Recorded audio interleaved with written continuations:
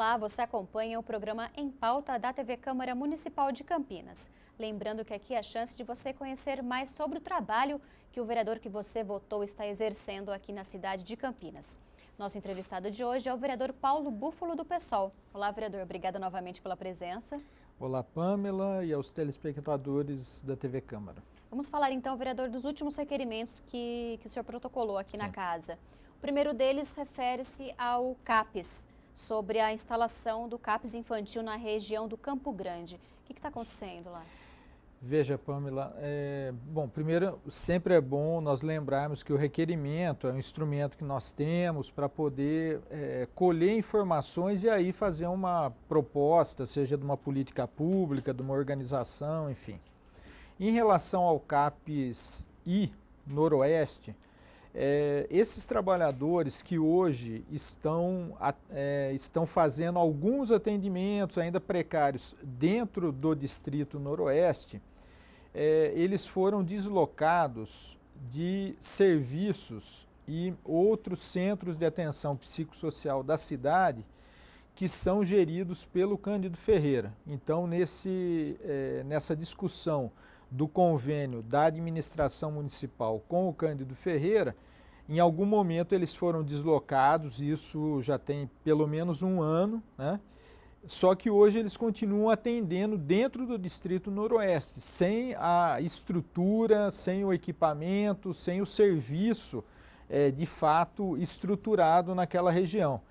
Então eu pedi informações justamente para saber de prazos, saber como que tem sido esse atendimento, porque ele é necessário, nós entendemos que da importância que ele tem, né, naquela região, porém nós vimos patinar esse processo de instalação, por isso pedimos essas informações. Uhum. E qual que é a importância, vereador, desse serviço aqui em Campinas, do CAPES no geral? Veja só, os centros de atenção psicossociais, eles atendem pessoas com sofrimento mental, com distúrbios, enfim, né? E eles fazem parte do processo da luta antimanicomial, do fim dos manicômios.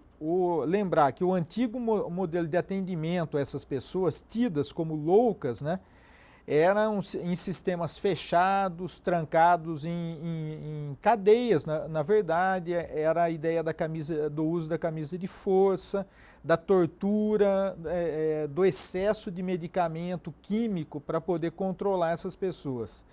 E já há mais de 2 décadas, né, há uma movimentação pelo fim dos manicômios. E os centros de atenção psicossociais, né, eles atendem a esse processo. É um processo de descentralização, de atendimento na comunidade, enfim.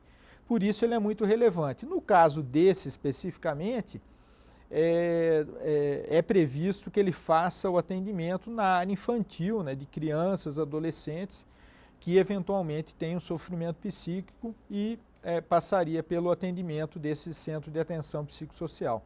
Lembrar também, Pamela, que ao fazer esse atendimento descentralizado, né, as pessoas elas permanecem inseridas nas suas comunidades, elas têm um atendimento mais humanizado, a redução do uso de medicamentos.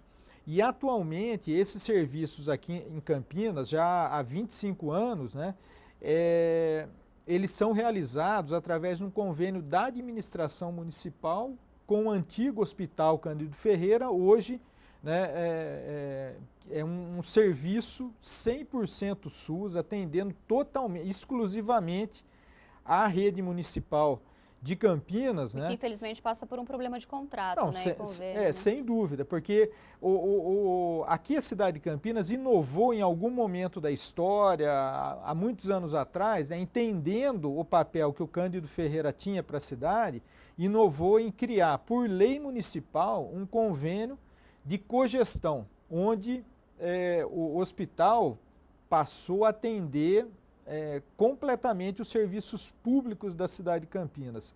Isso permitiu, inclusive, né, que a cidade fosse projetada como referência em saúde mental, em referência do fim do manicômio, dos manicômios, né? Projetou, inclusive internacionalmente isso. E agora, né, ao final desse processo, chegando aos momentos mais recentes em que se discute essa questão do público e do privado, há aqueles que defendam que, por exemplo, o Cândido Ferreira passe a ser uma organização social e, portanto, entre num processo de licitação, entre num processo para poder continuar prestando esse serviço para a cidade de Campinas. O nosso entendimento, inclusive há um projeto de lei da minha autoria tramitando aqui na Câmara, que determina que o Executivo,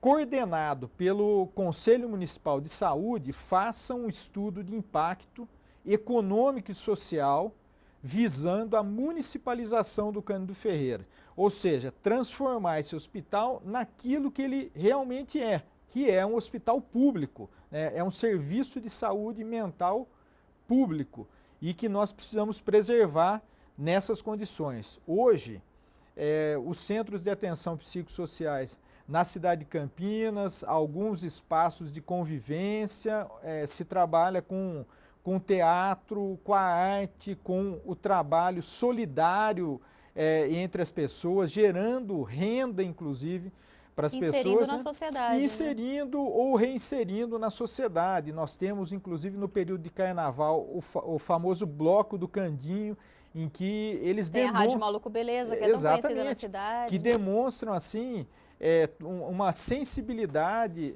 na área de comunicação ou para desempenhar essa inserção cultural, inclusive no carnaval aqui da nossa cidade. Por isso é preciso reconhecer esse papel social e converter esse reconhecimento numa decisão política, de fato, para que nós não percamos coisas que nós já avançamos. Hoje, por exemplo, o Cândido Ferreira administra alguns centros de atenção dentro, alguns CAPs, né, dentro de prédios públicos, construídos para essa finalidade. E o poder público tem pressionado, a prefeitura tem pressionado o Cândido para que ele desocupe esses prédios. Por exemplo, Nova Europa seria um caso? Aqui o Antônio da Costa Santos, aqui na região sul, a região aqui da Câmara Municipal. Então essa pressão, né, ela traz consequências também, porque a instabilidade para os trabalhadores e sobretudo para as pessoas que são atendidas, né, ali.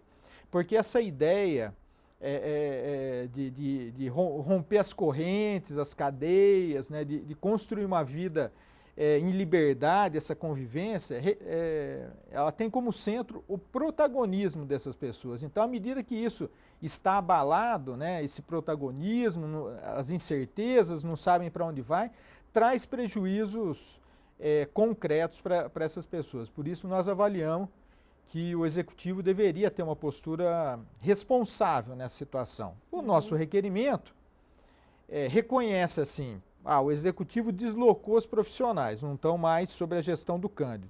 Então vamos instalar de fato o CAPzinho Noroeste público. Agora, nós não podemos, né, jogar a história construída por esse convênio de gestão entre o Poder Público Municipal e o Cândido Ferreira e não considerar que foi uma construção muito positiva de uma política de saúde mental 100% SUS.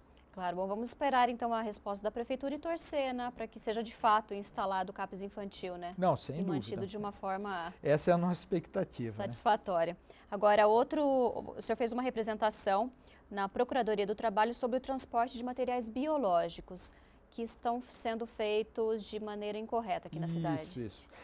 Pamela, nessa situação nós combinamos duas ações. Uma ação foi um requerimento também ao Poder Público pedindo informações para poder consolidar aquilo que eu já ouvi de algumas pessoas que já têm registros com fotos.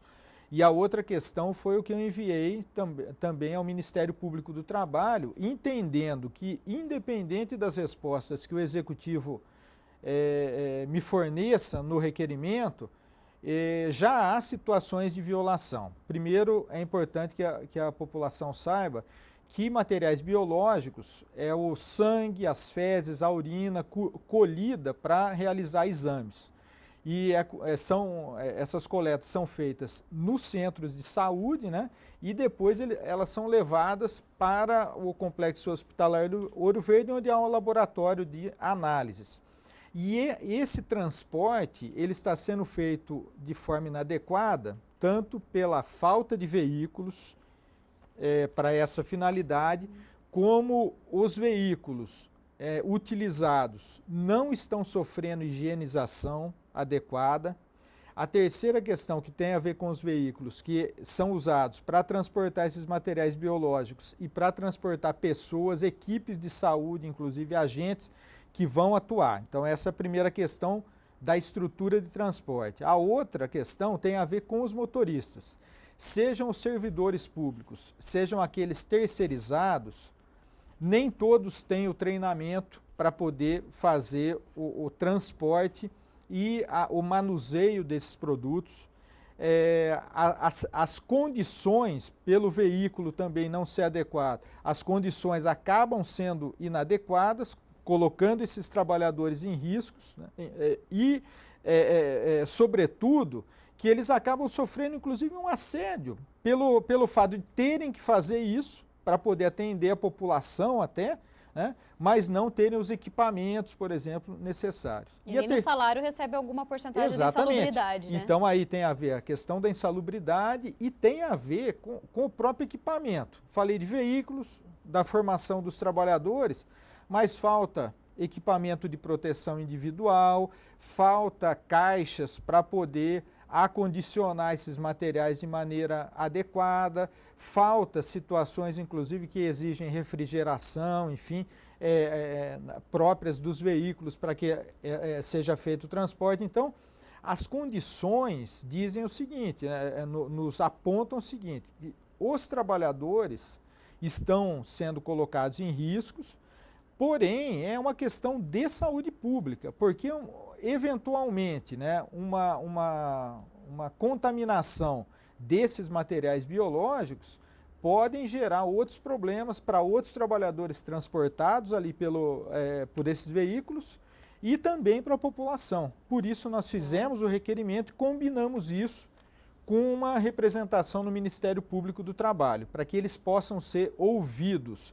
Lembrar, inclusive, que o próprio sindicato aqui da cidade, ele entrou com uma representação, porque qualquer cidadão pode fazer isso, perante uma autoridade, entrou na Prefeitura de Campinas e não obtiveram respostas. Então, eu vejo assim, nós não podemos empurrar isso com a barriga. Não, claro, porque é muito tem grave, a ver com a né? proteção Claro. da população. Sim. E, sobretudo, dos servidores, dos trabalhadores, os terceirizados que estão nessa área.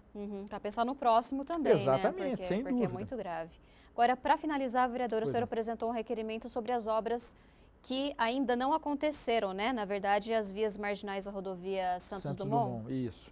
Veja só, nós assistimos aí no último período alguns anúncios da construção, da consolidação, na verdade, das vias marginais, num trecho de 7 quilômetros entre a Prestes Maia e a rodovia dos Bandeirantes. De muito movimento, cada exatamente, vez cresce mais. Muito movimento. Toda a população que se desloca para Campinas ou sai por aquela rodovia sabe que de manhã, à tarde e alguns períodos do dia ela fica absolutamente congestionada, então consome tempo, paciência das pessoas, enfim.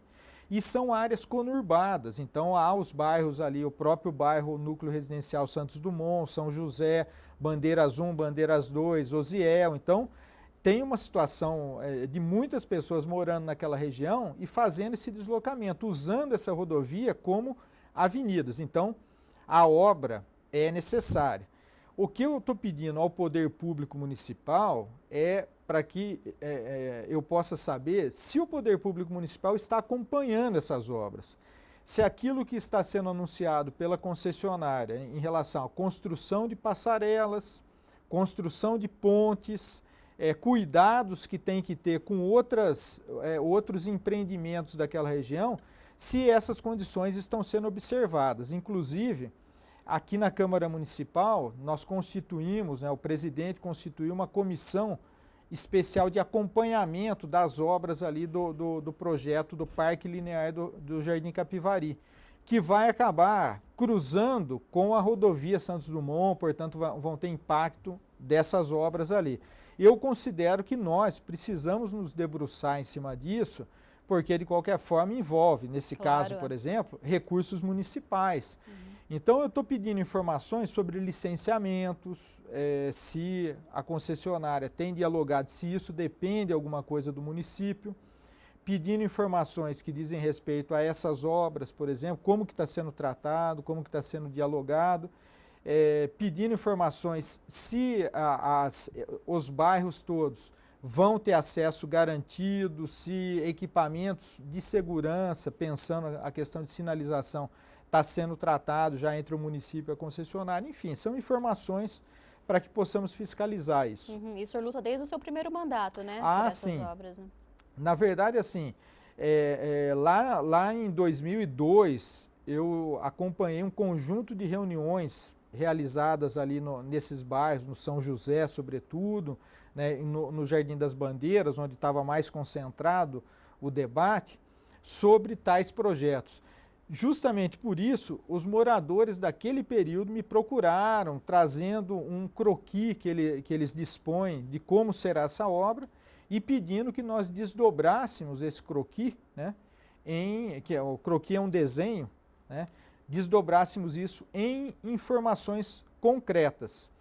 Tem uma informação que os próprios moradores pediram, falaram, olha, essa obra é importante porque hoje muitos de nós aqui ficamos parados no trânsito por conta do uso do veículo, né, dos carros.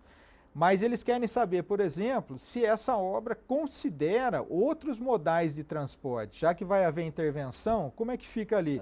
As bicicletas, os ônibus maiores ou outros modais de transporte. E a própria população nos trouxe isso como contribuição e nós achamos aí que um requerimento, num primeiro momento, deveria ser o adequado. Não descarto a possibilidade de sugerir aqui para a presidência da casa também, devido à dimensão dessa intervenção, de que a presidência constitua uma comissão, assim como essa comissão do Parque Linear do Rio Capivari, para que possa fazer um acompanhamento de perto das intervenções, das obras de arte, as chamadas obras de arte, pontes, viadutos e passarelas que serão construídas ali nesse trecho. Com certeza. Então, tendo resposta, vereador, desses requerimentos, por favor, o senhor volte e nos fale que destino, que solução que a prefeitura deu. Sem dúvida, eu fico à disposição para voltar aqui e trazer essas informações, Pamela. Muito obrigada pela presença. Eu que agradeço. O programa Em Pauta fica por aqui, lembrando que você pode rever a entrevista do vereador Paulo Búfalo também no YouTube, no canal da TV Câmara Campinas. Não deixe também de acompanhar as demais notícias da Câmara e do mandato do vereador no site www.campinas.sp.leg.br e, claro, acompanhar a programação da TV Câmara Campinas. Nós agradecemos a sua audiência e continue com a nossa programação.